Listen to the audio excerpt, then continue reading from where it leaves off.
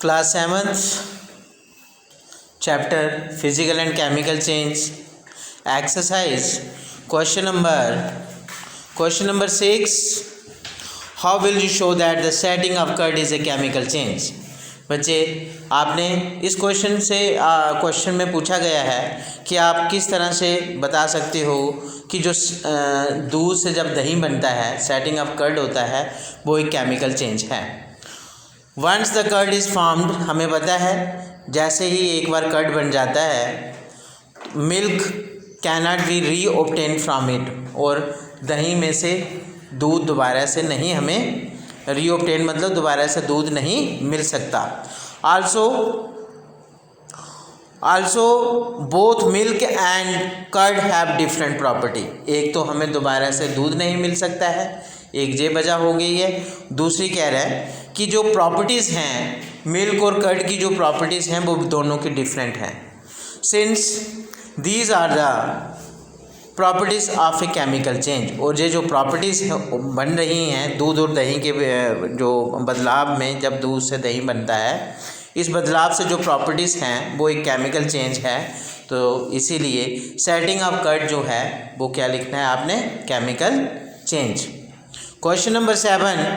Explain by burning a wood and cutting it into small pieces are considered as two different types of the changes. Question है कि आपको बताना है, explain करना है क्यों जो बर्निंग ऑफ वुड है, जब आप किसी लकड़ी को जलाते हो, एक बर्निंग ऑफ वुड है और दूसरा cutting it into small pieces, और दूसरे जो बदलाव उसमें दिखा रहा है कहते हैं जब आप उसके छोटे छोटे पीस कर देते हो, are considered as two different types of the change, और ये दोनों की दोनों चेंजेस जो हैं ये डिफरेंट टाइप्स ऑफ चेंजेस हैं, इसको एक्सप्लेन करना है।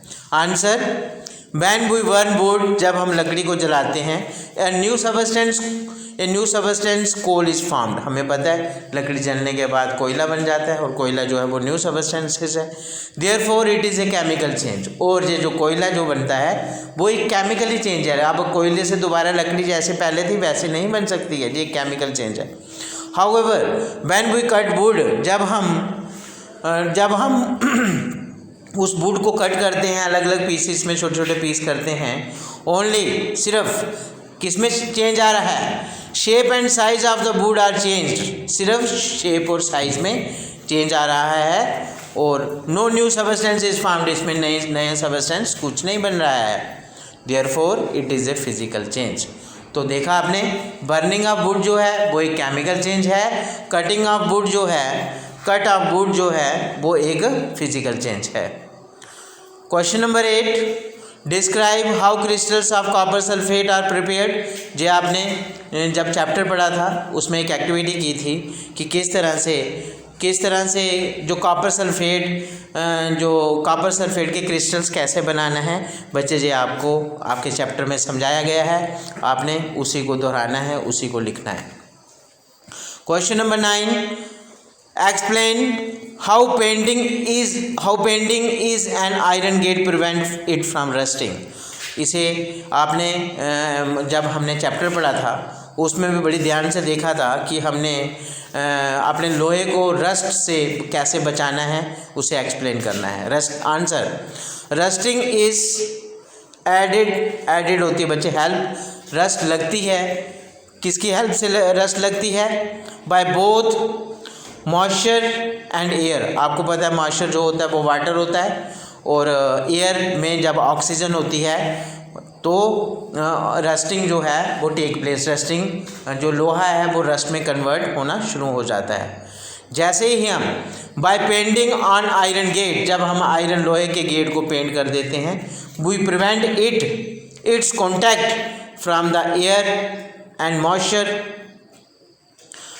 Present in the atmosphere. हम जैसे ही हम लोहे के गेट को पेंट करते हैं हम उसे बचा देते हैं, किससे, जो हवा और जो मॉइस्चर है वो गेट के साथ कांटेक्ट नहीं कर सकती है। जैसे ही हम पेंट कर देते हैं, हम एक दीवार खड़ी कर देते हैं लोहे और हवा और पानी के बीच में, वो जो दीवार है वो उसको आपस में कांटेक्ट नहीं होने देती है तो हमारा जो लोहा है जो रस्ट जो है रस्टिंग इज प्रिवेंटेड और जंग लगने लोहे को जंग लगने से रुक जाता है।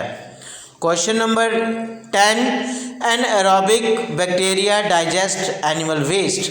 ध्यान से देखना बच्चे, आपको पता है एनिमल वेस्ट जिसको हम गोबर बोलते हैं, जो एन एरोबिक बैक्टीरिया उसको डाइजेस्ट करता है। कौन सा बैक्टीरिया उसको खा लेता है, कौन सा बैक्टीरिया उसको डाइजेस्ट कर लेता है?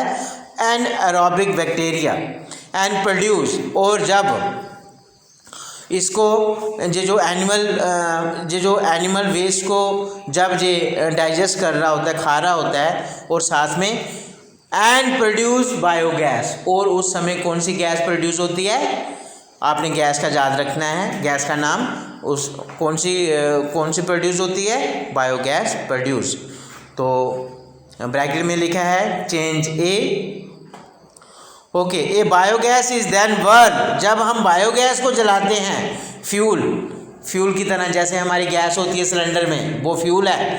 जब हम बायोगैस को जलाते हैं, the following statement pertain to these changes, नीचे दी गई स्टेटमेंट जो नीचे दी गई स्टेटमेंट्स हैं, इधर से आपने देखना है कि ये जो चेंजेस हुई है, चूज द करेक्ट वन, इनमें से कौन सा आंसर जो है वो करेक्ट है।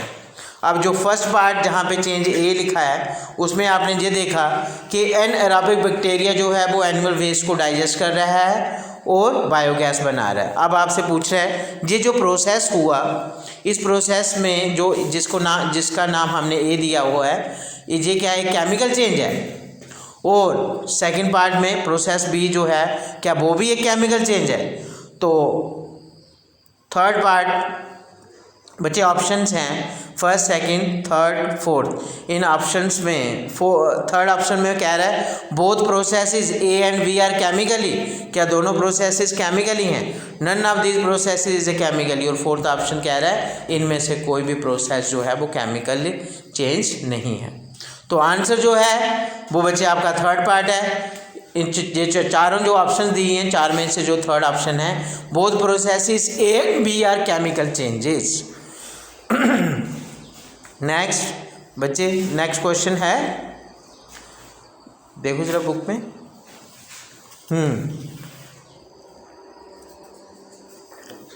Choose the,